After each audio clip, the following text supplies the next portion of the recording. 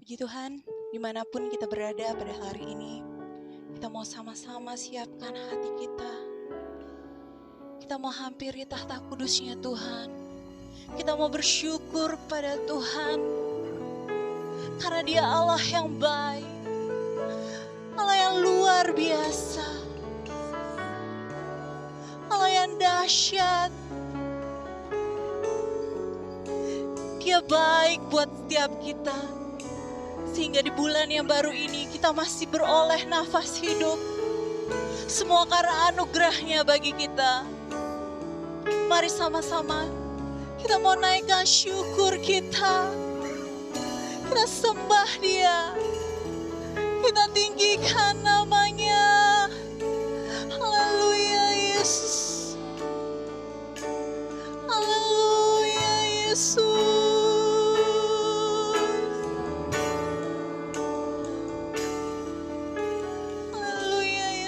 Kau baik Tuhan. Engkau baik Tuhan. Kau teramat baik bagi setiap kami Tuhan. Haleluya Yesus. Kami bersyukur Tuhan. Kami bersyukur Tuhan.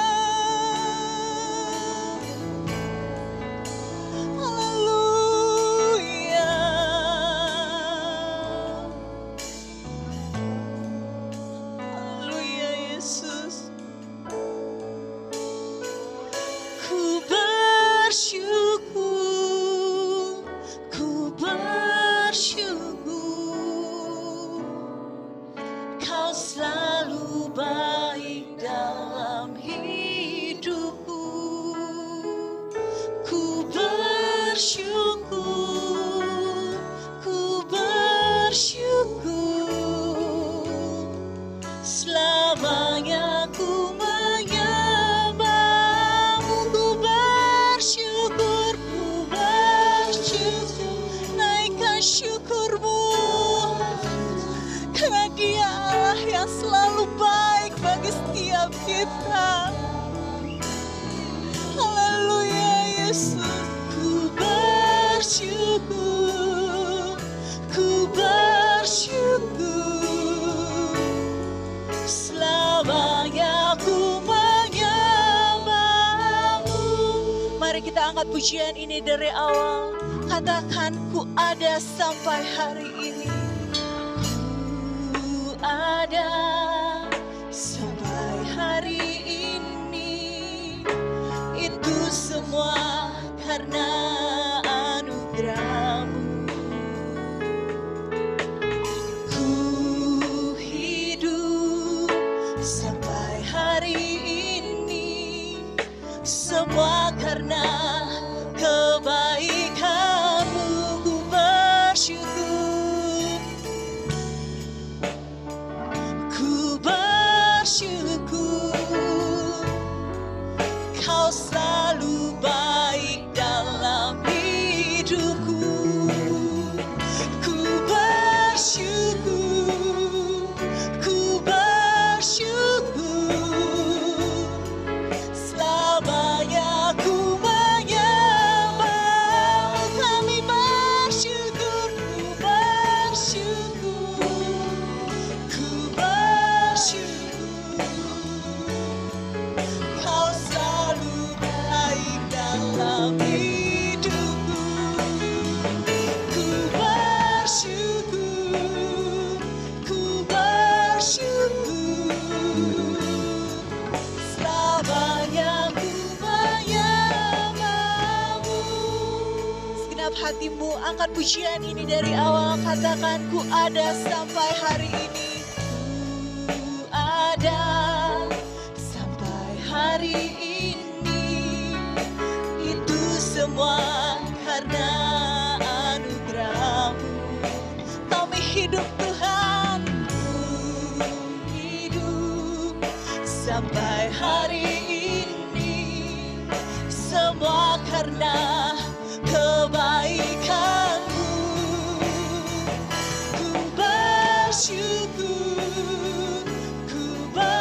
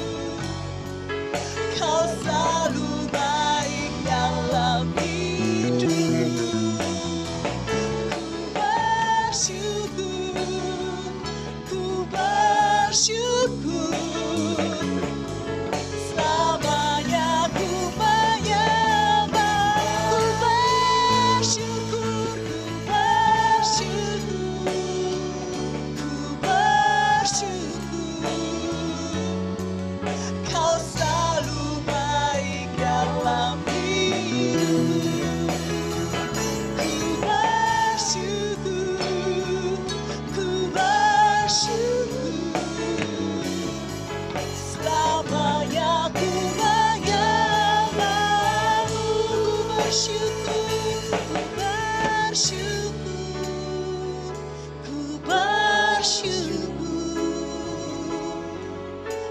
selalu baik dalam hidupku. Ku bersyukur, ku bersyukur. Selamanya ku menyembah, kami bersyukur. Ku bersyukur. Kau selalu baik dalam hidupku.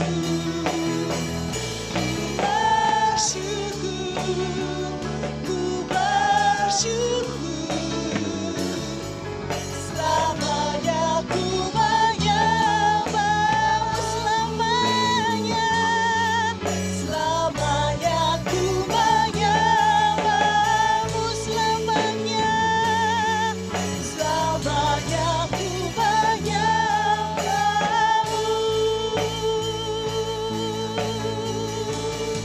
Haleluya Yesus. Haleluya Yesus.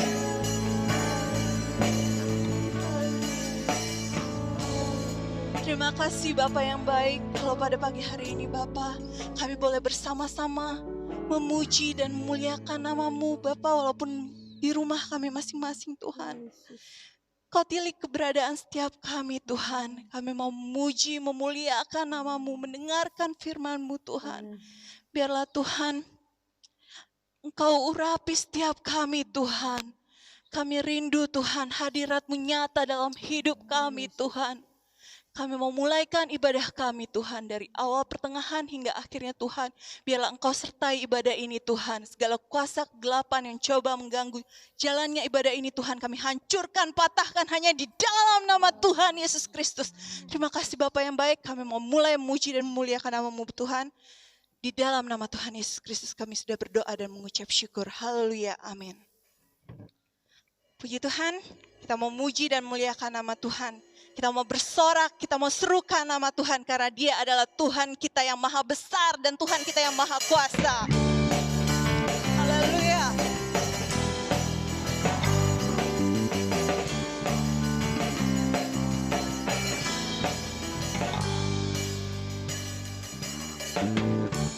Tuhanku maha besar, Tuhanku maha kuasa, Raja segala raja.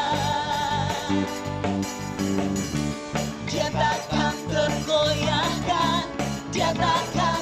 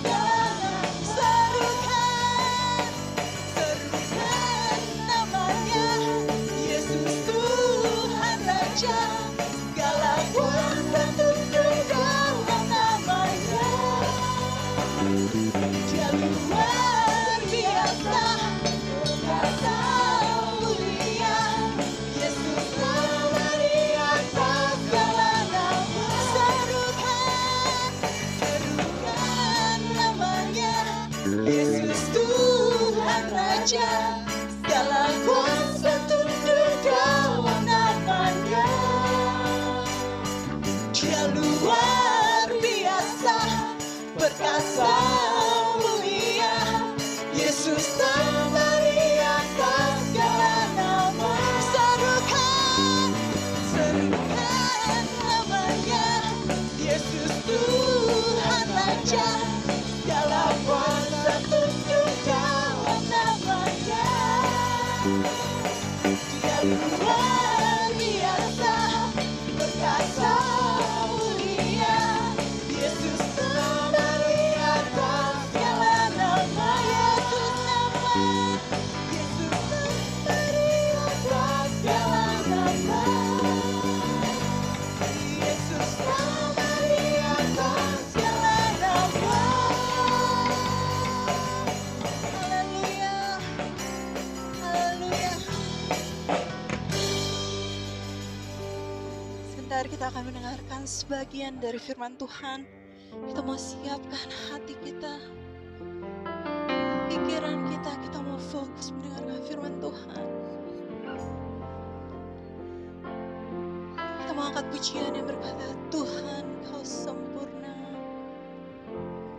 Haleluya Yesus. Tuhan kau sempurna dalam rencanamu dan karyamu. Ku serahkan hidupku, murnikan dengan rohmu. Tuhan kau sempurna, Tuhan kau sempurna dalam rencanamu dan karyamu. Ku serahkan hidupku, murnikan dengan rohmu. Hidupku menggenapi firman-Mu, tanda mujizat sertai tiap langkahku.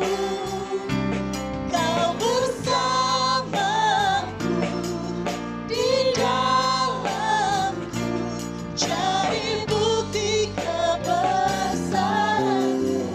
Kita mau angkat pujian ini dari awal, katakan Tuhan kau sempurna. Tuhan kau sempurna dalam rencanamu dan karyamu. Ku serahkan hidupku, murnikan dengan rohmu. Hidupku menggenapi firman-Mu, tanda mujizat sertai tiap langkahku. Kau bersamaku di dalamku, jadi bukti kebesaran-Mu. Hidupku menggenapi firman-Mu, tanda mujizat sertai tiap langkahku. Kau bersamaku di dalamku, jadi bukti kebesaran-Mu. Hidupku menggenapi firman-Mu, tanda mujizat sertai tiap langkahku. Kau bersamaku di dalamku, jadi bukti kebesaran-Mu. Kau bersamaku, kau bersamaku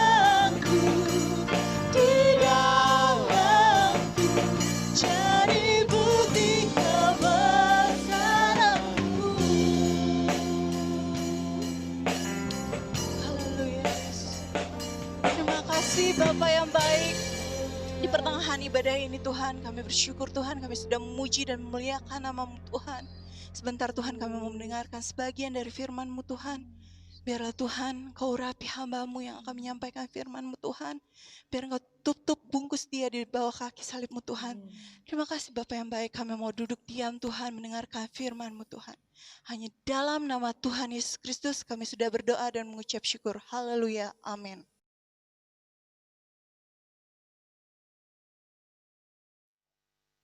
Selamat pagi Bapak Ibu sekalian, selamat berhari Minggu.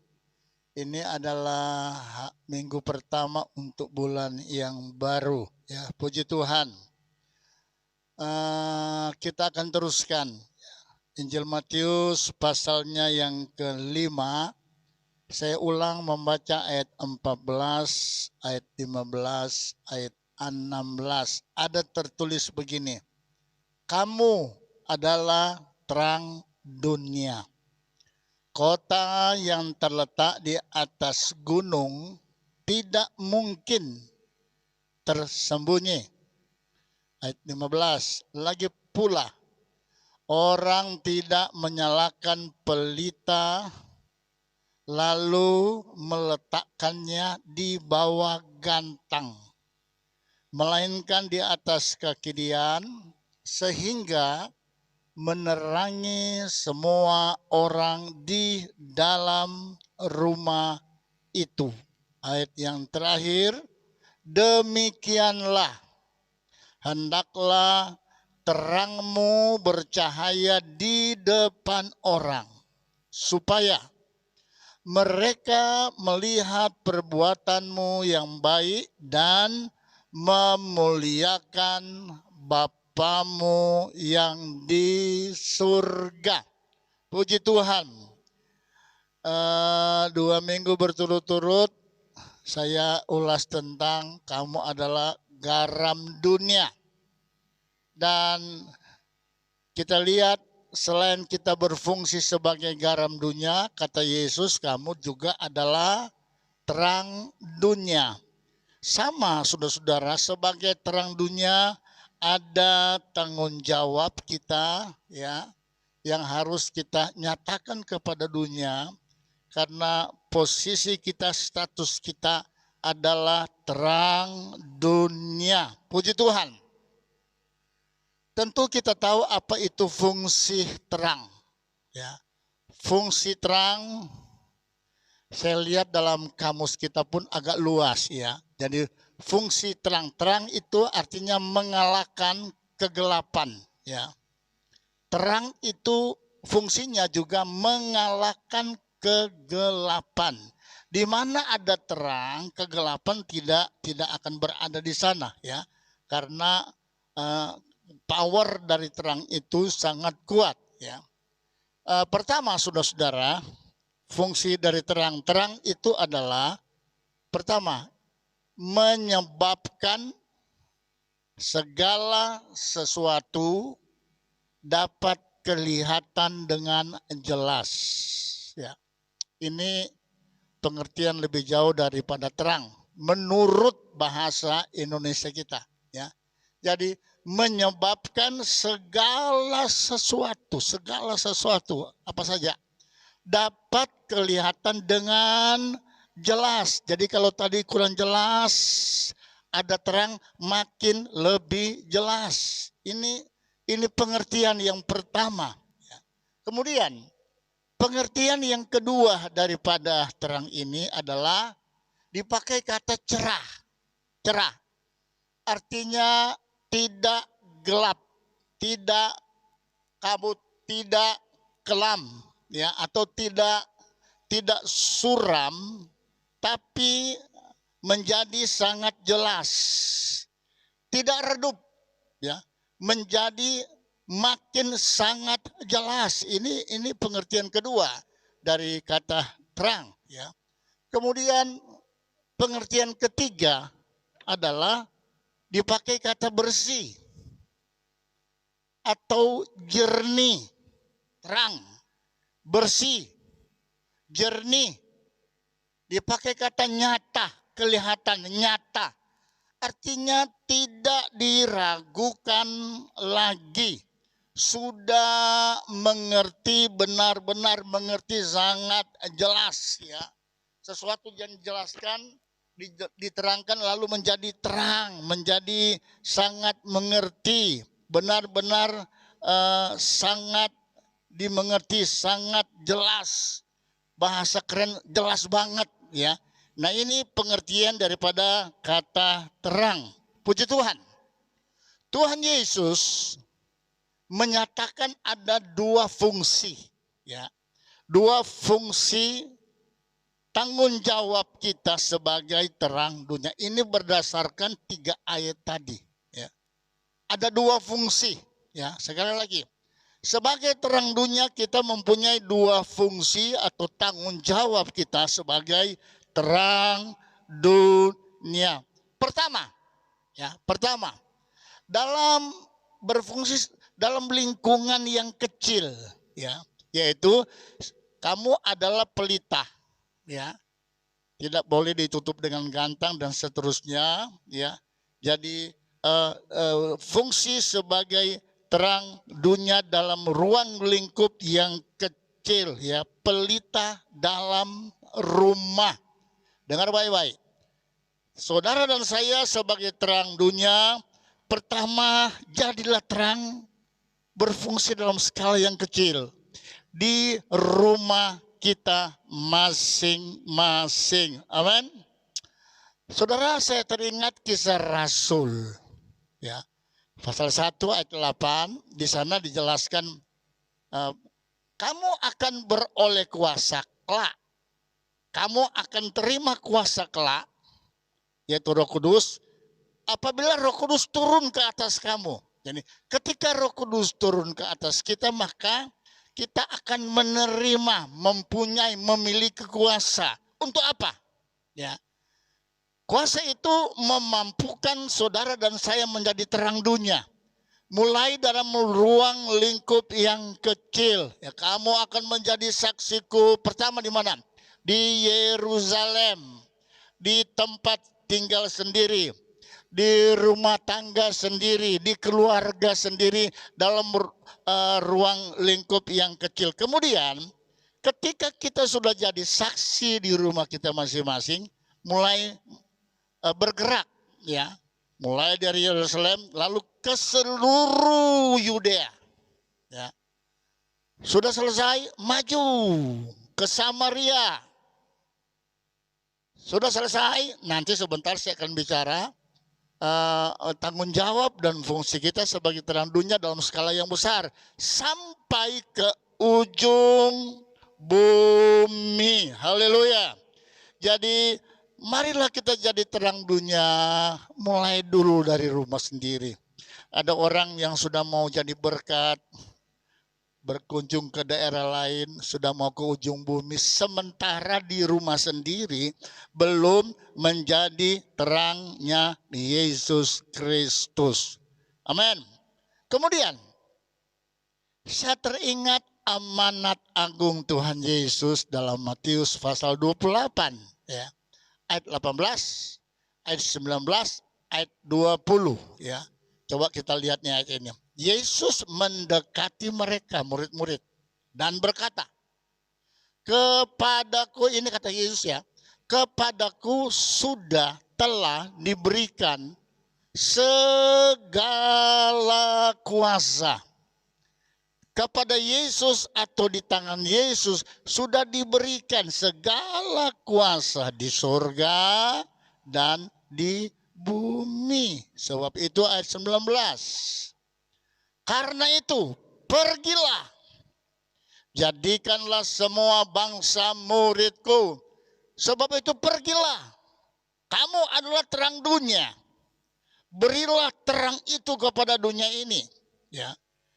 Jadikan semua bangsa muridku dan baptislah mereka dalam nama Bapa dan Anak dan Roh Kudus. Ayat 20 perhatikan saudara. Dan ajarkan mereka. Garis bawah ini kalimatnya. Dan ajarkan mereka melakukan segala sesuatu yang telah, yang sudah kuperintahkan kepadamu, yang sudah Yesus tugaskan kepadamu, dan ketahuilah aku menyertai kamu senantiasa sampai kepada akhir zaman. Jadi ada kuasa, lalu kita bisa jadi berkat, saksi. Tapi dengar baik-baik, mulai dari Yerusalem dulu. Dalam ruang lingkup yang kecil, dalam rumah dulu. Jadilah terang di tengah-tengah rumah kita masing-masing. Amin. Haleluya. Lalu ada tanggung jawab loh kita, saudara. Ya. Apa sih tanggung jawab kita sebagai terang dunia? Tanggung jawab kita sebagai terang dunia. Haleluya. Tanggung jawab kita sebagai terang dunia. Apa kata Yesus? Saya dan saudara ada tanggung jawab kita, ya, untuk memberi saksi, mengkisahkan, menceritakan tentang Yesus Kristus, mulai dari rumah, tetangga, dan seterusnya sampai ke ujung bumi. Tanggung jawab kita dalam skala yang kecil tadi adalah jangan ditutupi dengan gantang. Terang itu jangan ditutupi dengan gantang. Coba saudara kembali ke Matius pasal 5 tadi. Jangan ditutupi dengan gantang. Tapi harus katanya di kaki dian. Jangan ditutupi, jangan ditaruh di bawah gantang, ya. Saudara-saudara yang kekasih, kata gantang di sini dipakai oleh Yesus. Jadi Tuhan minta kita untuk tidak meletakkan terang itu di bawah gantang. Jangan. Jangan. Ini gantang ini, saudara, adalah ukuran yang biasa dipakai jadi zaman dulu itu ukuran palawija. Ya, zaman dulu kan belum pakai kilo dan sebagainya, pakai ukuran gantang. Ini ukuran palawija, bisa cabai dan lain-lain, ya. Ini ukurannya. Jadi ini bicara tentang ekonomi. Terangmu jangan sampai tertutup oleh karena kekhawatiran di bidang ekonomi. Khawatir tentang ekonomi. Apalagi pada zaman corona begini, orang dunia usaha berteriak, ya. Nggak bisa dagang, ada pemecatan di mana-mana, semua bilang susah. Sebagai anak Tuhan, janganlah terang kita, fungsi terang itu tertutup oleh karena faktor kekhawatiran kita di bidang ekonomi. Saudara, kalau kita pelajari tentang khotbah-khotbah Tuhan Yesus, ada satu waktu, nanti kita akan sampai ke sana, Tuhan bicara kepada orang-orang yang khawatir-khawatir ini. Kalau saya pelajari Alkitab, agak sedikit mengerikan. Kenapa? Kepada si tukang khawatir itu, Tuhan bilang begini, tengoklah burung di udara. Ada apa dengan burung di udara? Kok Tuhan pakai burung, ya? Sedangkan kelas hidup burung lebih rendah daripada manusia. Tengok burung di udara. Kenapa burung di udara? Tidak pernah menabur. Haleluya. Nggak pernah menuai, nggak pernah panen. Tidak pernah ada gudang menyimpan bakal makanan mereka untuk hari esok. Tetapi kata Yesus, Bapamu di sorga tiap-tiap hari memelihara burung-burung di udara. Sehingga ada banyak pujangga bilang begini, ketika engkau membukakan pintu jendela dan engkau lihat ada burung bertengker, lihat burung tidak pernah menangis. Saya kelaparan, saya tidak punya, enggak, dia tetap berkicau. Sebab dia yakin penciptanya tidak akan pernah membiarkannya. Selalu kata Yesus, Bapamu di surga menyiapkan semua makanan dari burung-burung di udara. Ilustrasi yang kedua yang Yesus pakai, Tengoklah bunga bakung di ladang, nggak pernah memintal, nggak pernah. Tapi bunga dihiasi oleh Bapa di surga dan sangat indah sekali. Tadi pagi saya mengirim ke beberapa orang tentang bermacam-macam bunga yang indah-indah, luar biasa. Saya kagum ya. Saya teringat nih ayat, Tuhan menghiasi dengan begitu rupa, tidak pernah memintal. Kalau kita perhatikan, buatan tangan manusia tidak seindah itu, tapi Tuhan pencipta menghiasi bunga bakung di ladang dengan hal-hal yang indah. Jadi saudaraku, janganlah kekhawatiran di bidang ekonomi, apa yang akan kita pakai, apa yang akan kita makan. Memang saudara, dalam ilmu ekonomi itu kebutuhan vital. Tetapi yakinlah, ada Tuhan pencipta seruah sekalian alam yang mampu untuk memelihara kita. Sebab itu sebagai anak Tuhan, terangmu jangan taruh di bawah gantang. Ini kata Alkitab. Amin. Jangan taruh di bawah gantang, taruh di kaki dian supaya dia bercahaya, berfungsi dengan baik, menerangi rumah itu. Haleluya. Saudara, untuk memikul tanggung jawab sebagai terang dunia, Tuhan minta jangan taruh di bawah gantang, jangan. Lalu kemudian, kalau saudara perhatikan di ayat-ayat berikutnya, di Markus pasal 4 ayat 21, di sana dikatakan, lalu Yesus berkata kepada mereka, jangan membawa pelita, bukan supaya ditempatkan di bawah gantang, di ukuran palawija. Atau, ini yang kedua, atau di bawah tempat tidur. Ya. Pelita itu jangan ditaruh di bawah tempat tidur, melainkan supaya ditaruh di atas kaki diam. Yang kedua, menurut Markus, dipakai di bawah tempat tidur. Kalau tadi gantang ukuran palawija, ini kalau bicara tentang tempat tidur, namanya tempat tidur, ya, tempat kita istirahat. Ada orang kalau dia bisa tidur kalau 12 jam belum, begitu menghilang sudah tempat tidur, begitu menghilang sudah tempat tidur. Seringkali saya pakai, barangkali ada lem di tempat tidur itu karena memang enak tidur, nyenyak, ya. Di bawah tempat tidur, kesenangan hidup. Ini bicara tentang kesenangan hidup, ya. Ini bicara tentang kemalasan. Di bawah tempat tidur, kesenangan hidup. Ada di zona nyaman, ya. Jangan pelita itu, mestinya kita jadi saksi, tapi dikalahkan oleh kesenangan hidup. Dikalahkan oleh sifat malasnya kita. Dikalahkan oleh sifatnya kita sudah berada di zona nyaman.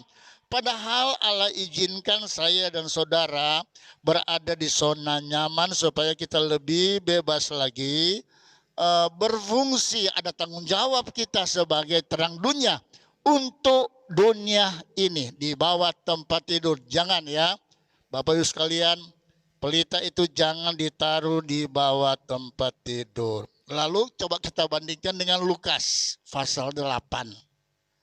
Penulisan Lukas pasal 8 ayat 16.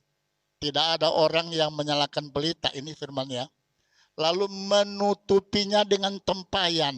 Nah, dia pakai tempayan, ya. Jangan dibawa gantang, jangan dibawa tempat tidur. Versi Lukas, jangan ditutupi dengan tempayan atau menempatkannya di bawah tempat tidur, tetapi ia menempatkannya di atas kaki dian supaya semua orang yang masuk ke dalam rumah dapat melihat cahayanya. Di sini ada penambahan, jangan ditutupi dengan tempayan. Saya lihat ini kata tempayan ini wadah atau tempat anggur, ya. Wadah atau tempat anggur, ya. Coba kita lihat Lukas 21 ayat 34. Pasal 21 ayat 34. Apa kata firman Allah? Lukas 21 ayat 34. Jagalah dirimu supaya hatimu jangan syarat oleh pesta pora. Jangan syarat dengan kemabukan serta kepentingan-kepentingan duniawi, supaya hari Tuhan jangan dengan tiba-tiba jatuh ke atas dirimu seperti suatu jerat. Seperti suatu jerat. Saya bilang tadi tempayang itu tempat atau wadah daripada anggur. Ini bicara tentang pesta pora. Ini bicara tentang mabuk-mabuk. Ya, ini bicara yang lupa segala-galanya, yang penting makan, minum, pesta pora. Saudara, saya teringat di zaman Nuh. Zaman Nuh, kecenderungan manusia hanya pesta pora, sudah tidak ingat Tuhan, ya, tidak ingat ibadah, tidak ingat berdoa, tidak ingat semua, maunya pesta pora, ya.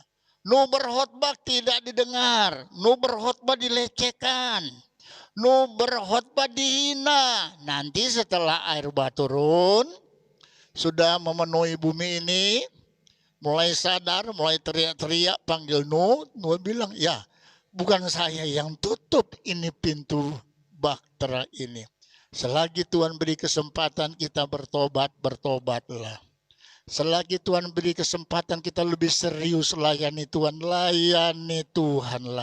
Selagi Tuhan beri kesempatan kita makin setia, setialah. Saya tidak perlu contoh, akhir-akhir ini juga banyak orang ingat Tuhan. Ingat Tuhan, kumpulkan harta sekian banyak, tahu-tahu cuma berobat. Semua enggak? Enggak. Untuk apa? Ya. Hidup yang Allah beri adalah kesempatan kita mencari Tuhan dengan sungguh-sungguh. Hidup yang Tuhan beri dan tempatkan kita sebagai terang dunia, berfungsilah sebagai terang dunia. Jangan taruh di bawah tempayang anggur, pesta pora, dan seterusnya. Jadi Bapak Ibu sekalian, jadilah terang. Untuk menjadi terang dan berfungsi menjadi terang, saya mencatat di sini barangkali agak aneh bagi saudara, kita dibutuhkan atau membutuhkan kesiapan kita untuk berkorban, ya. Berkorban, siap, mau bersaksi ya keluar, mau jadi terang ya ke gereja, mau berkorban, bukan? Kita mesti bayar taksi dan lain-lain, perlu pengorbanan. Kita meninggalkan kesenangan tidur untuk mencari Tuhan supaya berfungsi sebagai terangnya Yesus Kristus. Taruh di kaki pelita. Pelita itu diperlukan apa? Minyak. Minyak mesti dibeli, pengorbanan lagi saudara. Ya, supaya berfungsi dengan baik, ya. Jadi bicara kita menjadi terang dunia, makanya ada fungsi kita, ada tanggung jawab kita, ada kewajiban kita, dibutuhkan berkorban. Kita bebaskan, kita korbankan kesenangan tidur kita dan lain-lain untuk jadi saksi, jadi berkat dari Yesus Kristus. Sekarang kita lihat Lukas pasal 11. Lukas 11 ayat 33 ada tertulis begini, ya. Tidak seorang pun yang menyalakan pelita lalu meletakkan di kolong rumah. Ini baru lagi. Jangan diletakkan di bawah kolong rumah, melainkan di atas kaki dian, ya, supaya semua orang yang masuk dapat melihat cahayanya. Jangan katanya ditaruh di bawah kolong rumah. Ya. Di desa-desa kalau bangun rumah ada kolongnya. Jangan taruh di bawah, taruh di atas rumah, di atas kaki dian, dan orang melihat ini. Jangan taruh di bawah kolong rumah, di tempat tinggal kita atau di tempat kerja kita, ya. Seringkali pekerjaan menghalangi kita, bukan? Pekerjaan kita menghalangi kehilangan fungsi kita sebagai terang dunia, ya. Adanya rumah yang mewah, kehilangan berkat kita, tanggung jawab kita sebagai terang dunia kita lupakan karena keasikan di tempat yang mewah, ya. Ini bicara tentang kesenangan hidup, ya. Kesenangan hidup. Kesenangan hidup yang sudah berada di zona nyaman, saya katakan sudah mapan hidupnya, itu tidak lagi memotivasi kita untuk melayani Tuhan. Tidak memotivasi kita untuk menjadi terang dunia, ya. Kemewahan itu seringkali menghalangi kita, tidak berhasil kita menjadi terang dunia, ya. Padahal kata Yesus, barang siapa yang ikut aku, dia harus memikul salib. Tuhan berkati, puji Tuhan. Amin. Katakan terima kasih Tuhan. Tuhan kasih saya mobil enak, Tuhan kasih saya rumah enak. Tapi itu bukan menghalangi lalu kehilangan fungsi kita dan tugas kita sebagai terang dunia. Kita berada di kehidupan yang lebih nyaman. Terima kasih Tuhan. Biarlah itu memacu semangat kita untuk lebih giat. Saudara dan saya adalah terang dunia. Katakan amin. Haleluya. Jadi sebagai orang Kristen, anak Tuhan, miliknya Tuhan, kepunyaannya Tuhan. Dengar baik-baik. Kita harus lebih berhati-hati supaya berfungsilah saya dan saudara sebagai terang dunia. Sebagai terang dunia. Haleluya. Kita berhasil merespon berkat Tuhan, memicu semangat kita. Saya tetap mau menjadi terang dunia. Jadi ini Tuhan tempatkan kita sebagai terang dunia dalam skala kecil. Kita lihat berikutnya, ya. Dalam skala yang lebih luas lagi. Sebagai apa? Dikatakan tadi oleh Injil Matius, pasalnya yang kelima, dalam lingkungan yang besar, kota di atas bukit. Kota di atas bukit. Secara nyata, kalau ada kota di atas bukit, di bawah lihat, wow, jelas sekali di atas karena terang benderang. Tidak bisa tersembunyi. Jadi berkat, jadi saksilah, jadi terang dunia. Saudara, kita ada di atas bukit Tuhan tempatkan. Amin. Kita bukan jadi ekor, jadi pemimpin loh. Tuhan menjanjikan keberhasilan.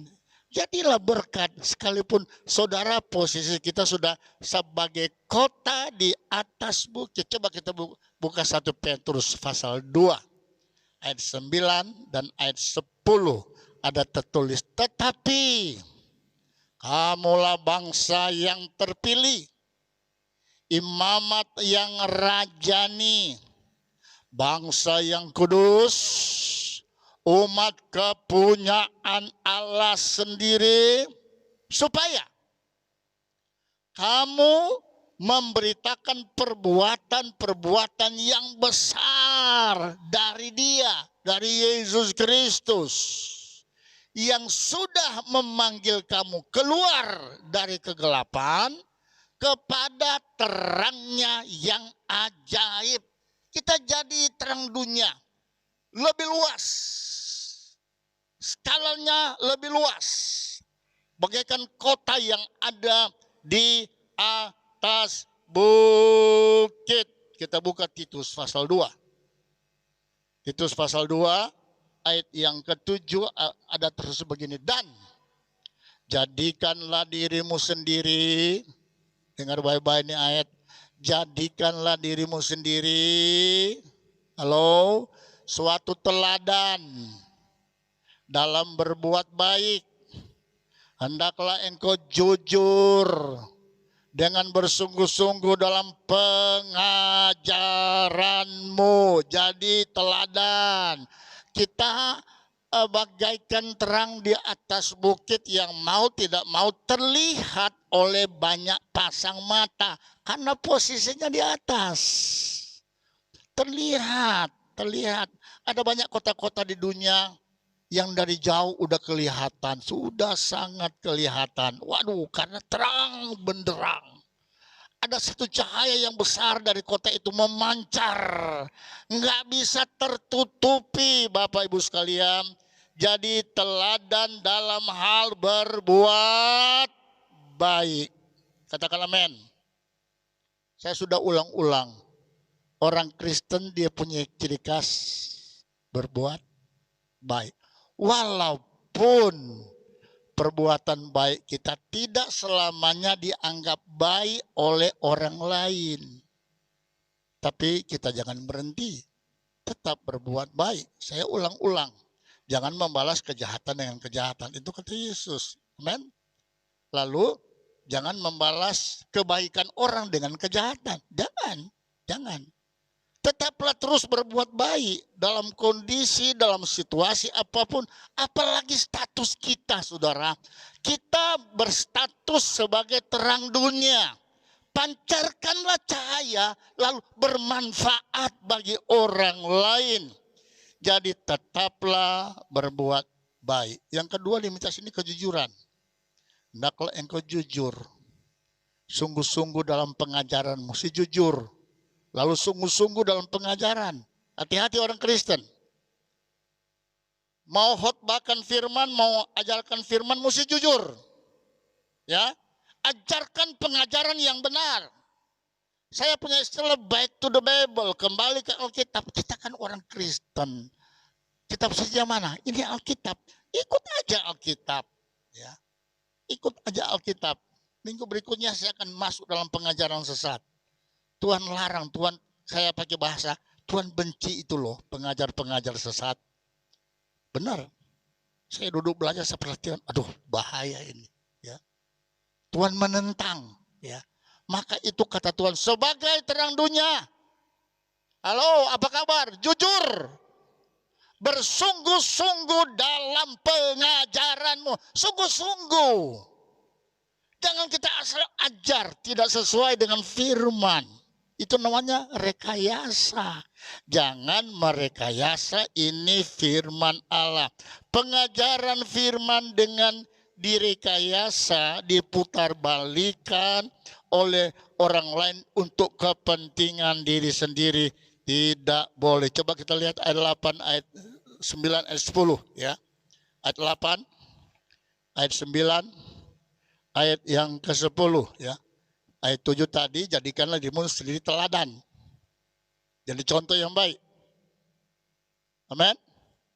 Ayat 9.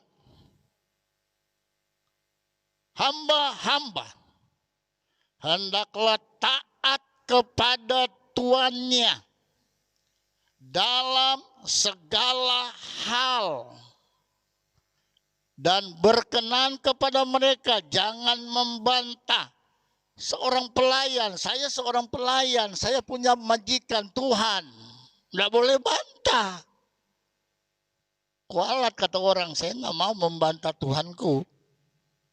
Makanya kalau saya mengajar, apabila firman Allah Tuhan sudah taruh di mulut lidahmu, sampaikan saja.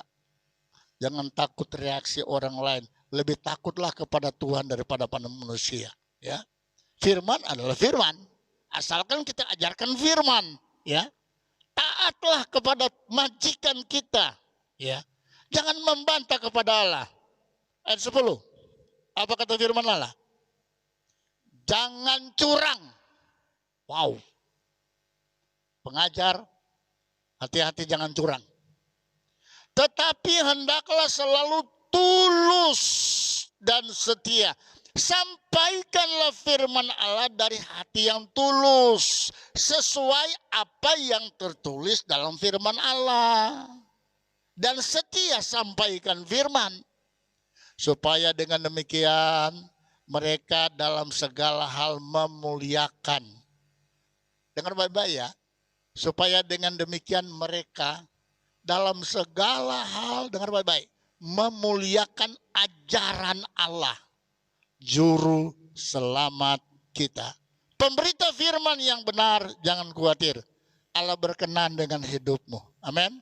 Pengajar firman sesuai apa yang tertulis dari firman, dengar baik-baik.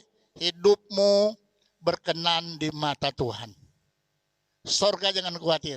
Anda sudah punya tiket. Tapi kalau kita serongkan, wow, saya khawatir sudah punya tiket atau terlepas tiket itu, ya. Kita hanya sementara hidup di dunia ini, cuma sementara.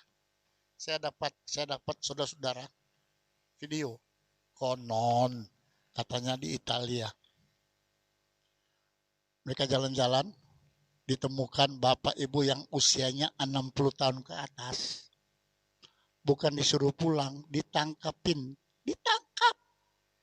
Dipaksa bawa ke mobil dan dikarantina. Di mana-mana kan bilang, masuk mall aja nggak boleh. Ya. Karena saya punya usia 60-an tahun, saya di rumah aja lah, nggak usah ke mall. Kan malu, pendeta ditangkap, dikarantina karena jalan-jalan ke mall. Di Italia saya lihat, apa itu betul atau hoax? Aduh, di mana rasa manusianya anak-anak muda itu? Coba kalau bapaknya, mamanya ditangkap begitu. Katanya untuk keselamatan, that's okay. Saudara akan dikejutkan dengan berita-berita yang aneh-aneh, yang menakutkan. Saya ulang-ulang bilang, kita berada di akhir dari akhir zaman. Banyak hal aneh muncul, ya. Tetapi ada banyak keajaiban Allah muncul. Katakan amin. Dengar baik-baik, selagi kita beritakan firman yang benar, jangan khawatir. Ada Tuhan pemilik firman yang siap membela saya dan saudara. Yang penting, beritakan firman yang benar. Banyak orang dengar firman, percaya, terima Yesus. Alkitab bilang, satu orang terima Tuhan. Bertempi sorak di sorga. Menyambut satu jiwa. Dan 1-2 hari ini saya dihiburkan. Jujur. Dihiburkan saya dengan berita-berita, saya nggak perlu sebut, 1.000 orang, 2.000 orang baptis, anak-anak muda baptis, ya, cemplung, dibaptis sama-sama di beberapa negara, luar biasa. Firman sedang digenapi, kita sedang masuk pada penuaian global, panen jiwa-jiwa. Tuhan Yesus memberkati kita semua, sebab itu jadilah terang dunia. Amin. Baik Bapak Ibu sekalian, kita akan terima perjamuan kudus. Ya, puji Tuhan, saya harap di rumah masing-masing sudah menyiapkan roti dan sudah juga menyiapkan air anggur. Puji Tuhan, kami memuji kebesaran-Mu. Kami memuji kebesaran-Mu, ajaib Tuhan, ajaib Tuhan. Amin. Kami memuji kebesaran-Mu. Haleluya. Ajaib Tuhan, ajaib Tuhan. Bapa Surgawi yang kami sembah dalam nama Tuhan Yesus, kami akan terima berkat-berkat dahsyat ini lagi melalui perjamuan kudus ini. Kami pelayan petugas-Mu siap menunaikan tugas mulia ini. Di dalam nama Bapa, Putra, dan Roh Kudus, dalam nama Tuhan Yesus Kristus. Amin. Kami memuji kebesaran-Mu. Haleluya. Kami memuji kebesaran-Mu, ajaib Tuhan. Haleluya. Amin. Ajaib Tuhan. Kami memuji kebesaran-Mu Tuhan. Kami memuji kebesaran-Mu. Haleluya.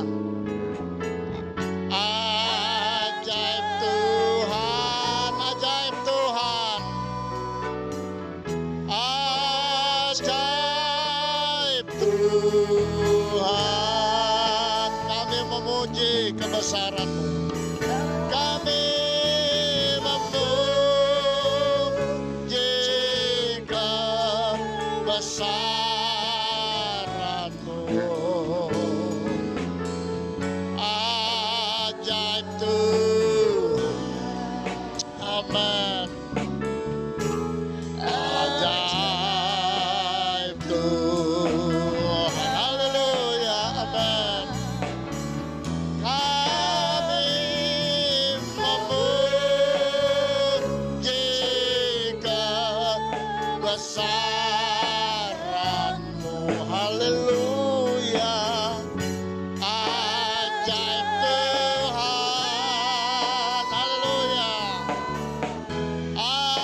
Ajaib Tuhan. Kami memuji kebesaran-Mu Tuhan. Kami memuji kebesaran-Mu. Haleluya. Ajaib Tuhan. Amen. Ajaib Tuhan. Glory bagi-Mu Tuhan. Kami memuji kebesaran-Mu.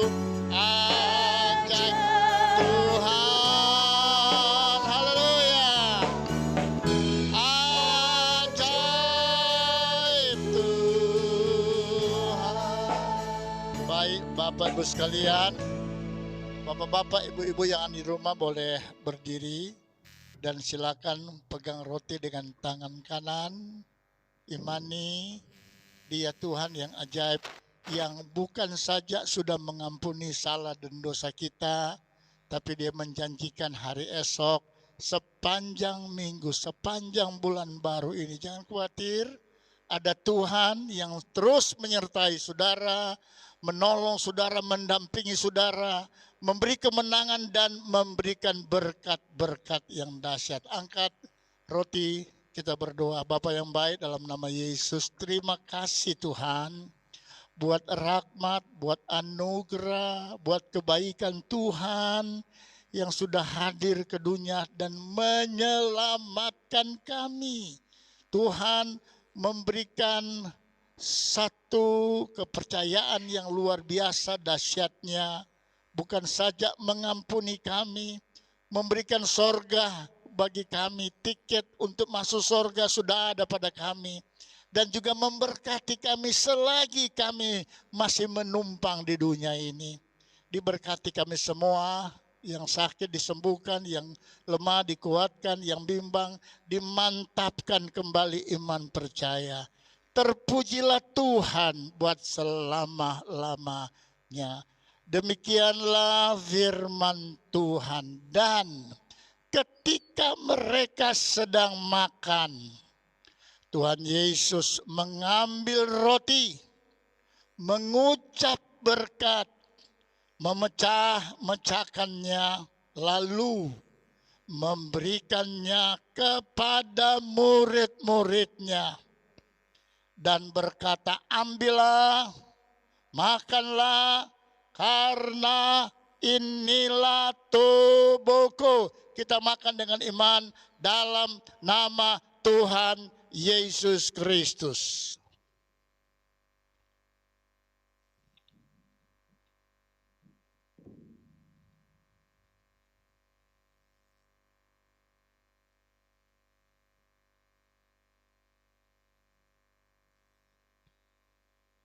Terima kasih Tuhan.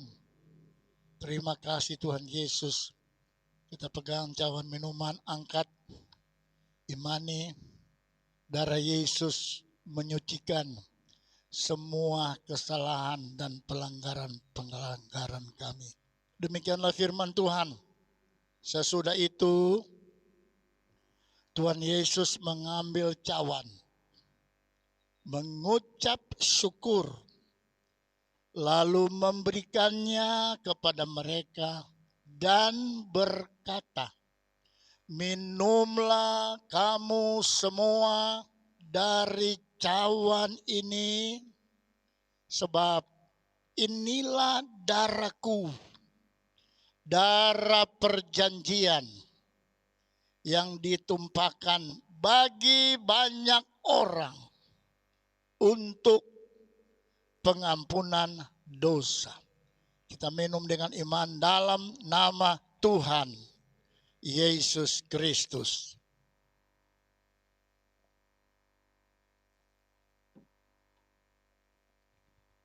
Terima kasih Tuhan Yesus. Terima kasih ya Tuhan buat pengorbananmu. Terima kasih buat berkat-berkat yang Allah beri kepada kami. Terima kasih Roh Kudus yang sudah menuntun kami di sepanjang bulan yang kami sudah lewati. Berkemenanganlah kami, sukseslah kami, berhasillah kami. Kami dapat terhindar dari segala bentuk mara bahaya dan malapetaka karena Tuhan. Sebab itu hari ini kami imani, di minggu pertama ini kami sambut bulan baru ini dengan satu keyakinan, Tuhan tetap bersama dengan kami.